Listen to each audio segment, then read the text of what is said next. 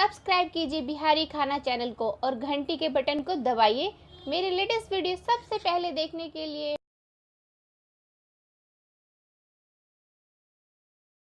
पकौड़ी बना रहल छी। झींगा मछली है चाहे बेसन है, यही में दऽ दै छियै।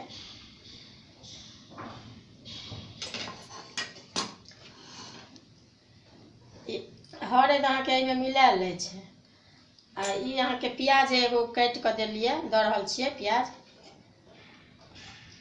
आ ई लहसुन के पीसल अछि 2-3 टा।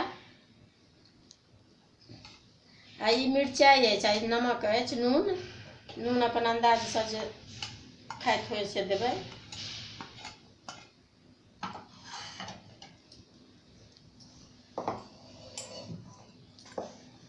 झींगा मछली छै, ओकरा कनि बचाइए कऽ सानब जे गरऽ लगै छै हाथमे।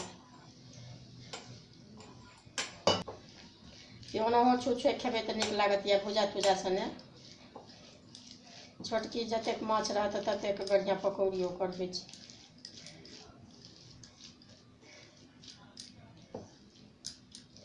बेसी बेसन नहीं देबै,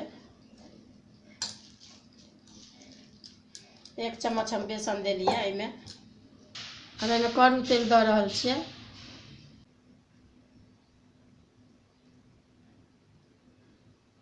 कोनो चीज बनेबाक हुए तऽ पहिले जेना तेल गरम करै छी तऽ कनिक खसा कऽ देख लेबै जे पाकि गेल कि नहि। तेल पाकि गेल अछि, भऽ गेल अछि तेल गरम।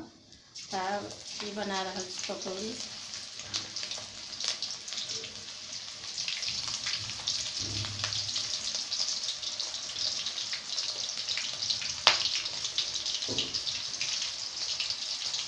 कनी आँच कमे कऽ कऽ अथी करब।